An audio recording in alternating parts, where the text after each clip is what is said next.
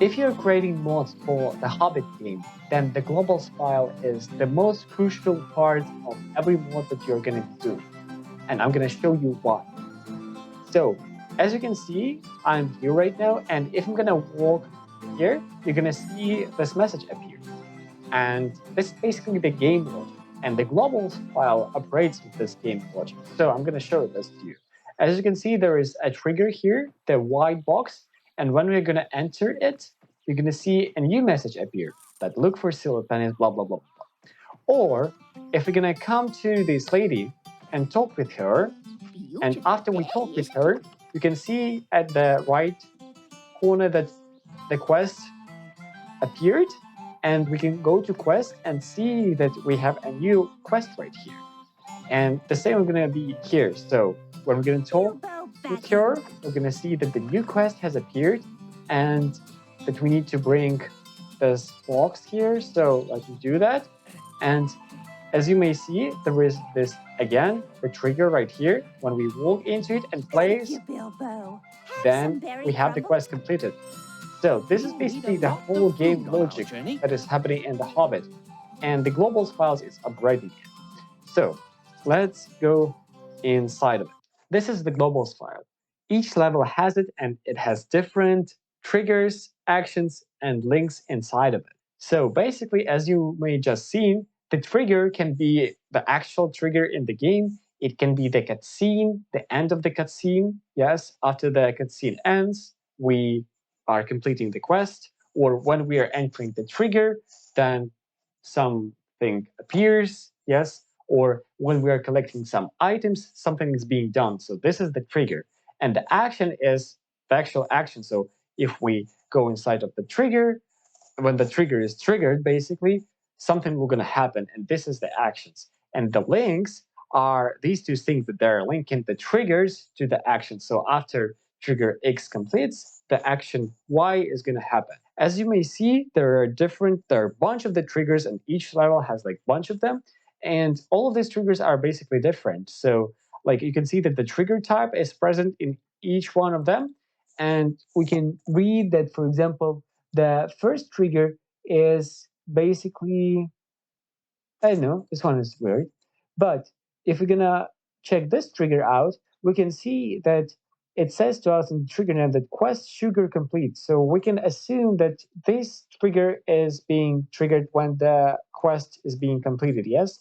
And we can see that the quest name is being passed to this and some other values here. Or for example, we can check, for example, for, I don't know, let's see if this one, trigger 50. So we can see that the trigger name is Green Dragon Scene Ends. So we can assume that this trigger is triggered after the cinema ends. Yes, and we can see that the GUI ID is passed here. So after this cinema is gonna complete, this trigger will be triggered. Yes. So, and let's see, for example, so this is trigger 50. So what we should do is now we need to find the link to the trigger, which will link us to the action that is being done. So let's see. So this is a trigger 50. We're going to the bottom of this. We can see a bunch of links, and we search for the link trigger index, which has the 50. Yes, here it is. So this link is trigger links that trigger 50 with one action, and this is the action 179. So let's take a look. 179, we can go about and we can see that this action is end level. So this action of type 19 is gonna end the level. And this is what actually happens when we are seeing the dragon in cutscene and the level is ended. So, and basically, like there are other actions. So you can see that the action 50 is quest complete fixed bridge. So we can assume that this action of type 34 is gonna complete the quest. We're gonna receive this check mark here, the green one. And let's take a look on this action, action 84. So overlay hoistable. So as we may assume, this is some overlays that's been happening, and this is what string it takes to show us. And other parameters like action delay time, how long is going to be this shown thing, and how long will it take to show before, actually not before, but after the trigger is triggered. Too many words here. Anyways, this is the logic. So let's actually see how to do something like that. So we're going to do a very simple trigger and action and link.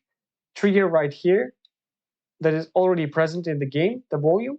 What I want to do is when we enter this volume, some text will going to appear again. We take the GUID, we copy it, okay, great. And now we go to the globals file. And if you want to add something new, then firstly, let's do the trigger. The trigger when Bilbo enters some volume. So we just try to find it somewhere here. Bilbo enters home on still. Yeah, good. We can see that the volume that is being entered and by what character it is being. So what we need to do is we copy the whole trigger, we paste it here. Now we need to change the volume to the one that we copied. The character is the same, triggered ones. I think these ones are good. Here, let's rename it to Bilbo enters our volume, for example. And after that, we need to rename some stuff here. So 161, Control H, I think. Yes.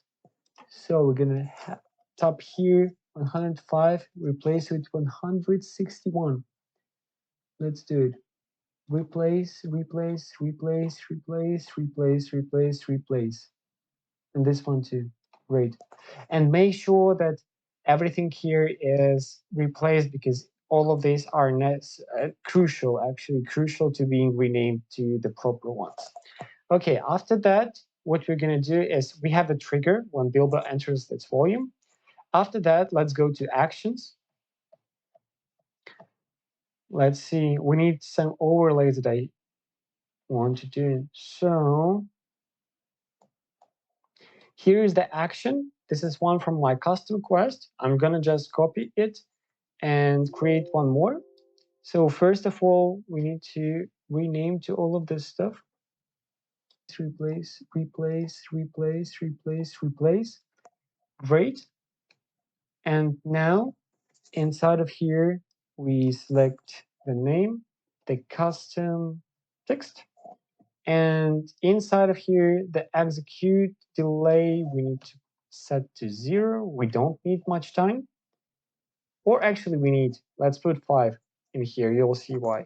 And the action delay time is going to be y, 5. And in here, we can actually type our own thing that we want to do. Let's write hello, my text. And now we're going to need to create a link. So we remember 293. We need to remember trigger 161. We go to the very bottom. We'll create a new link here with only one action. Let's remove this. We set to one action, 293 and 161.